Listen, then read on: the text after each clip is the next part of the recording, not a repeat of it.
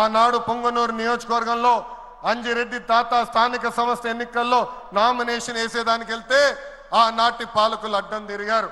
తొడగొట్టి మీసాలు మిలేసి రండి నేను నామినేషన్ వేసి చూపిస్తానని చెప్పారు ఆ మన అంజిరెడ్డి తాత. బూత్లో రిగ్గింగ్ జరుగుతుందని బూత్కి వెళ్ళి కూర్చుంది మంజుల. ఏకంగా మంజుల గారు ఉంటే బూత్ రిగ్గింగ్ జరగదని ఆమె పైన దాడి చేశారు. రక్తం గారుతున్నా భయపడలేదు. చివరి ఓటు పడే వరకు ఈవీఎం బాక్స్ కి తాళం వేసే వరకు ఆ బూత్ లో నిలబడింది మన అక్క మంజుల. ఇంకా తోట చంద్రయ్య గారి గురించి ఎంత చెప్పినా తక్కువే. మనందరం చూసాం, నడివీధిలో ఆనాటి పాలకులు తరిమి తరిమి కొట్టారు. ఏకంగా డివైడర్ పెట్టి కత్తిని గొంతుకు పెట్టారు.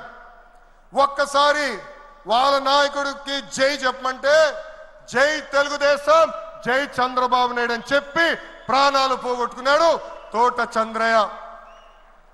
ఈ రోజు నేను ఈ సభాముఖంగా గర్వంగా చెప్తున్నా, ఆంధ్ర రాష్ట్రంలో ఎప్పుడు జరిగిన విధంగా తోట చంద్రయ్య కొడుకు కూడా ఈ రోజు మన ప్రభుత్వ ఉద్యోగం ఇచ్చింది. అందుకే తెలుగుదేశం పార్టీలో కార్యకర్తలే మన అధినేత. ఈ రోజు మేమందరం ఈ వేదిక మీద నుంచున్నామంటే దానికి కారణం తెలుగుదేశం పార్టీ కార్యకర్త చెమట. ఆనాడు చంద్రబాబు గారు ఒక్క పిలిపిస్తే బాబు షూరిటీ భవిష్యత్ గ్యారంటీ చేశారు.